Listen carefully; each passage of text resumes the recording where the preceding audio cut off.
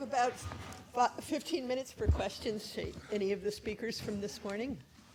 Anybody want to come forward?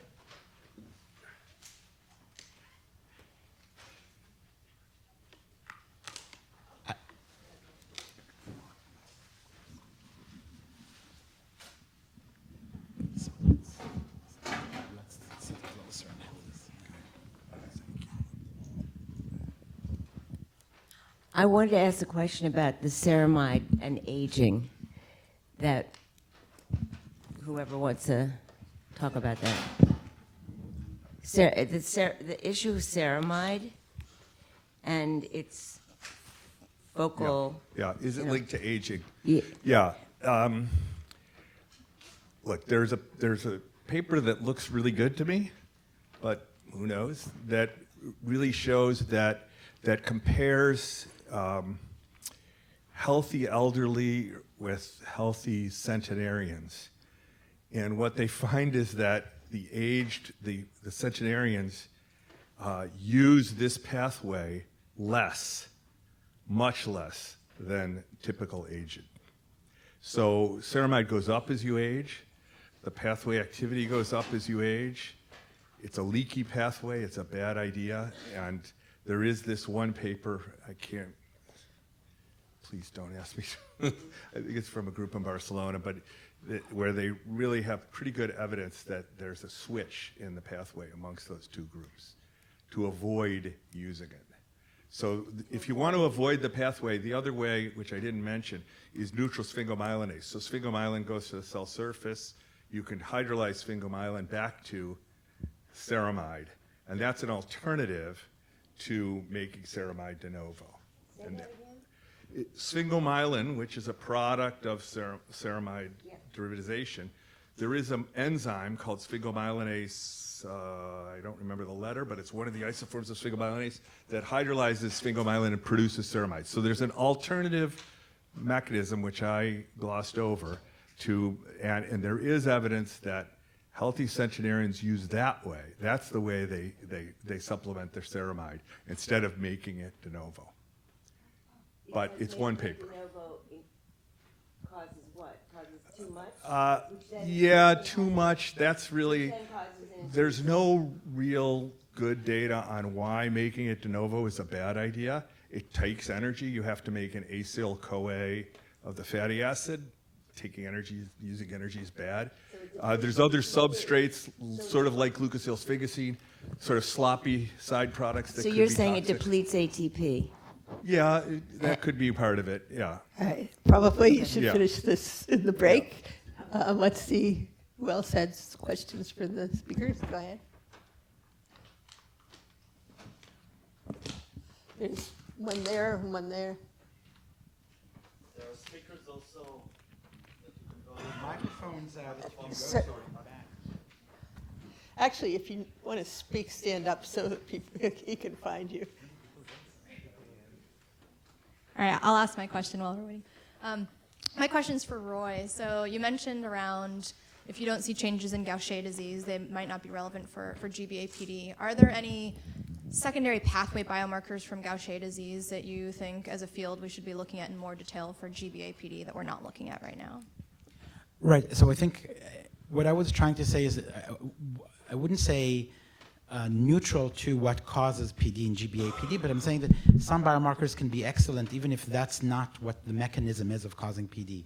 But I think absolutely we should look at the Gaucher literature and see what can be tested. Like, for example, Kaito is an excellent biomarker in Gaucher. Some people monitor Gaucher treatment by Kaito.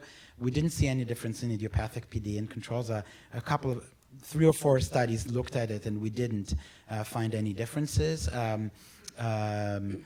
Interleukins can be looked into. I think that also the Gaucher world, biomarkers may change because of us, because when you ask them, do you look in CSF to distinguish between Gaucher type 1, type 2, and 3? They're like, no, and but maybe you should. The other things that I would say about other inflammatory biomarkers, so the cytokines that one can look into and MGUS. So the cytokines would be the way to go. Thank you. Greg, did you want to say something? Just a quick comment. One of the problems with chitotriosidase is that there are a large number of people in different populations who have null alleles, and so it's useless. And frankly, I don't think it's a very good biomarker for monitoring Gaucher disease progression or response to therapy. And I think I agree that chemokines and cytokines might be better. If there could be a glucosylsphingosine assay that could be reproducible and accurate in CSF, this might be better.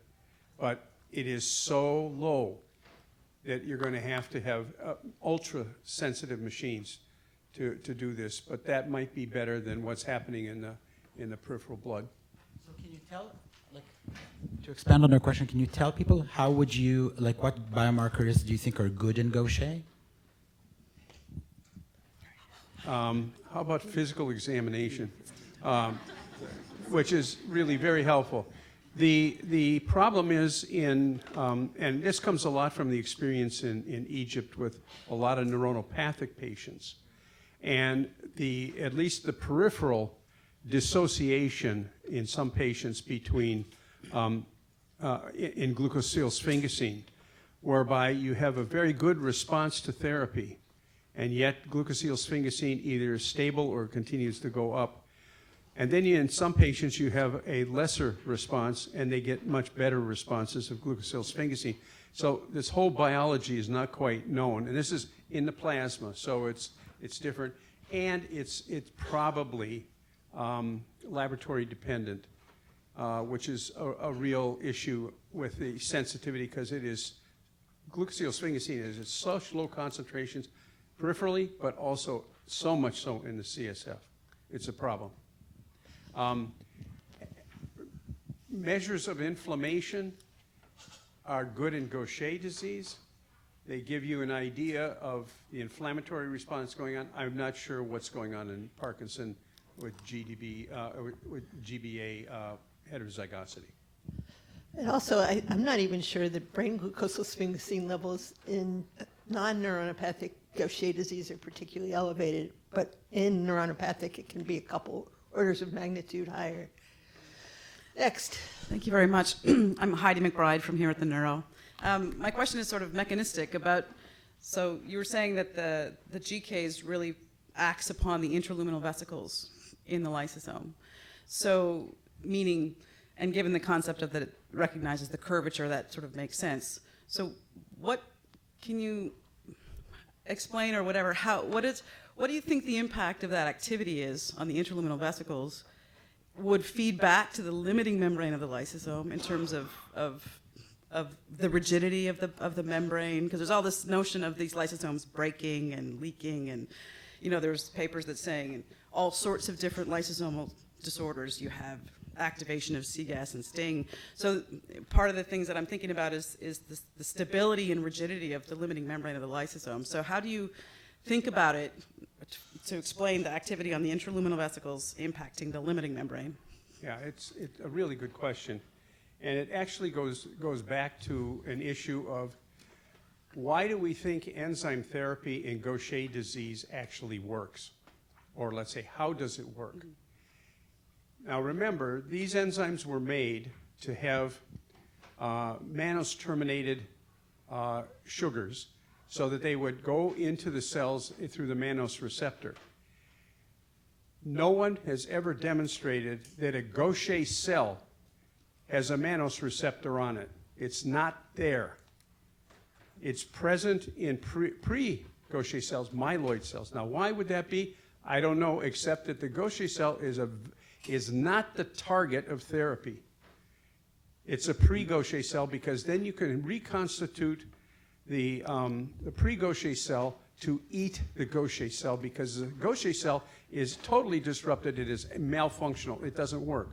Now, having said that, then what happens is if you start to engulf a Gaucher cell by a macrophage that has the right kinds of receptors and so forth, you then form these lysosomes with intraventricular vesicles, or interluminal vesicles. And that is where the glucoceramide is sitting on the outside of those luminal vesicles. And this is now very well documented by all kinds of people in the glycosphingolipid field, that these vesicles are really important to the hydrolysis of glycosphingolipids, glucoceramide, glucosphingolipid just being two. So it does happen, but that's the part of the mechanism here for Gaucher disease. Now, what goes on in Parkinson's disease or anything else, those vesicles are still there. They're formed early in the biology of lysosome production, and they're actually, some of them are secreted as exosomes, as is completing that sort of pathway. So it's a very complicated biology, but it's a very active part of the cell biology right now in lysosomal disease and in lysosome function. The other thing I like to emphasize is that the vast majority of GBA homozygotes don't develop Parkinson's disease, like probably more than 90% don't, and they have markedly decreased enzymatic activities. If you take people with, for example, the African variant or the E326K or T369M, and they're heterozygote, their deficiency in an enzyme is very meager, so it's kind of hard to blame it all on enzymatic activity. But so many Parkinson's genes are lysosomal. So the idea of the sorting of these complexes through sortilin versus mannose-6-phosphate, what makes those decisions, and any errors with RAB32 and LURC and in general sorting and generating specific subclasses of lysosomes, I think is going to be something important for the future. Next. Oh, yeah, thank you. I have two questions over here. One for Greg, one for Peter, Bastibola and Prevail Therapeutics. In respect to Gaucher, the intralysosomal vesicles, I'm wondering, in Gaucher, it was shown that they also have lower levels of progranulin, Gaucher patients. Do we need to think about a progranulin therapy in Gaucher? That would be my question to Greg. And Peter, good to see you. Do you have an opinion on, can we overstimulate GCase? So is there too much GCase activity? If we were to enhance GCase activity in the lysosomes, do you think there could be too much activity and then we would tilt the pathway and the flux in a direction where we were, say, actually that may be detrimental as well?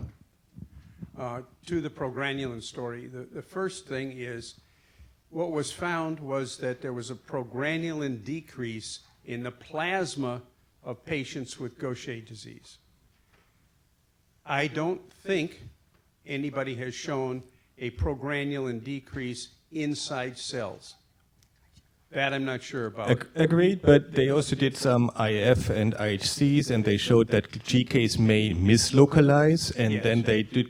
I'm not sure about the data. I'm asking you, do you think a progranulin therapy then would be beneficial in this context? As I showed in the picture of the granulins in the last section E, that right now is in development as a therapeutic, as the component of progranulin that seems to stimulate glucocerebrosidase activity and is blood-brain barrier penetrant.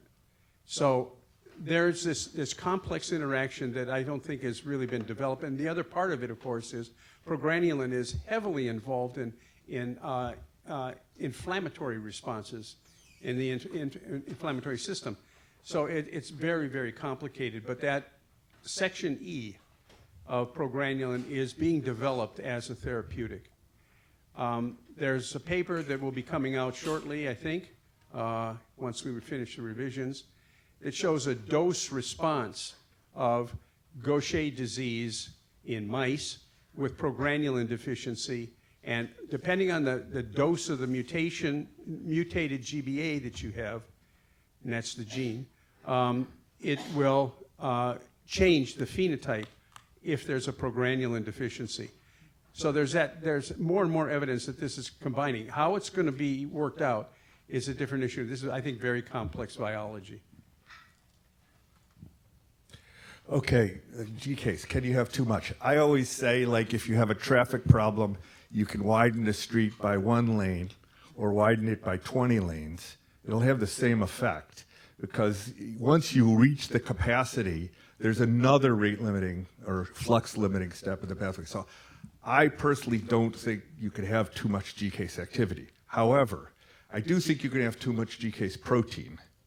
And I think more sort of a non-specific thing, and this is what I worry about with some maybe gene therapy approaches or transcytosis approaches, because if you jack up protein concentration, just any protein in the lysosome, it affects every other protein, because the internal, the internal lumen of the lysosome is like molasses. Right? If you change the viscosity, you could have problems. And there are other problems. You could crowd out binding sites for other proteins on some of these membranes. So I think you could. I can imagine having an effect from too much protein, but I can't from too much activity. Okay, there are two more people standing here. We've got about 3 minutes, so make them very brief Maybe I could questions. make one quick comment Okay. about too much GCase. People have not paid much attention to what happens to GCase when you administer it intravenously. It has a half-life of denaturation of about 5 minutes in plasma. So the more you give, the more it's going to stay in plasma, because you're saturating receptors and you're going to make altered, denatured enzyme, which will lead to antibody formation. We showed in mice with Gaucher mutations that you can give up to 15 times, sometimes 20 times, the normal dose of 60 units per kilo of enzyme to a Gaucher mouse, and it doesn't cause any problems at all. But this denaturation in humans on a constant basis is a problem. All right. Hello, my name is Benjamin Stetcher. I'm a patient advocate. Hi, Peter. How you doing? So I have a kind of broad question, but I'm wondering, I guess more specifically, what the hell does any of this have to do with my specific symptoms of this disease? So just so you know, I've been a carrier for 11 years now. I was diagnosed 11 years ago. I have an N370S mutation. And there's an often heard saying in the Parkinson's community that if you've met one person with Parkinson's, you've met one person with Parkinson's. I wonder if this is also true of GBA PD patients as well. If you've met one person with GBA PD, have you met just one person with GBA PD? And does the work apply to just one person, or how do you know that it's actually more broadly applicable?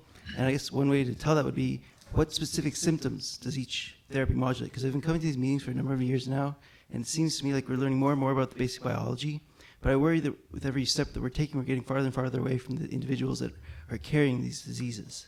So No, actually, much of the next 2 days will address a lot of the clinical I know. I saw features, that so- tomorrow there's a specific. So let me reply. Thank you for coming and for your support in the research.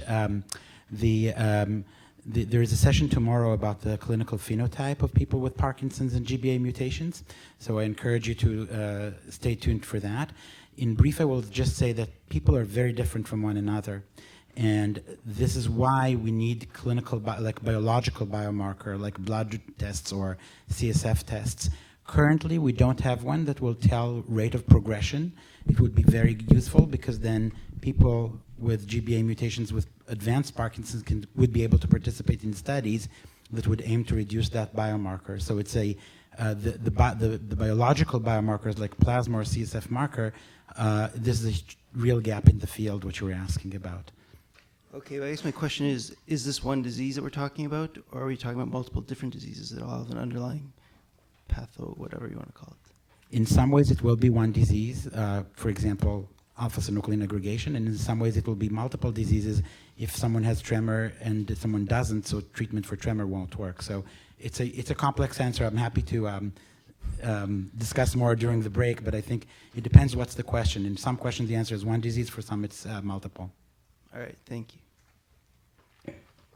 Okay, last question. Thank you so much. Across the studies, you see GS accumulate very high in some organs, not other, in PD models. So glucosylsphingosine is very high, spleen, liver, and then even in GBA1, the study down with the L444P heterozygous mice, you see accumulation of GS in different organs, not others. So the question is why do you see different accumulations in different organs? And for the GS that is in plasma that we see in GBA1 carriers, where does that GS come from, and how is the GS cleared? There are different glucosylsphingosine in different organs because there's also different glucoceramide in different organs.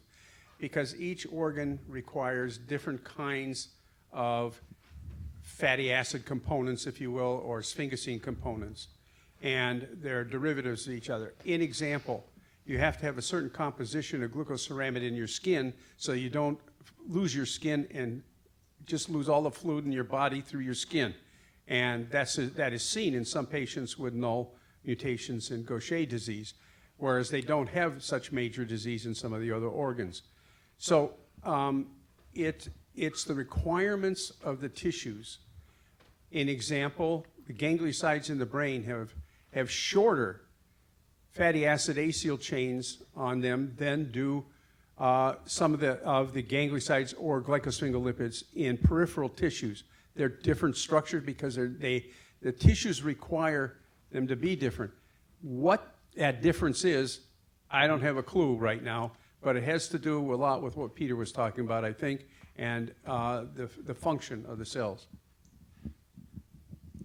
Okay, well, I really thank the first three speakers and Zeev, and I'm sure this is going to be an amazing start to an amazing conference. Thanks.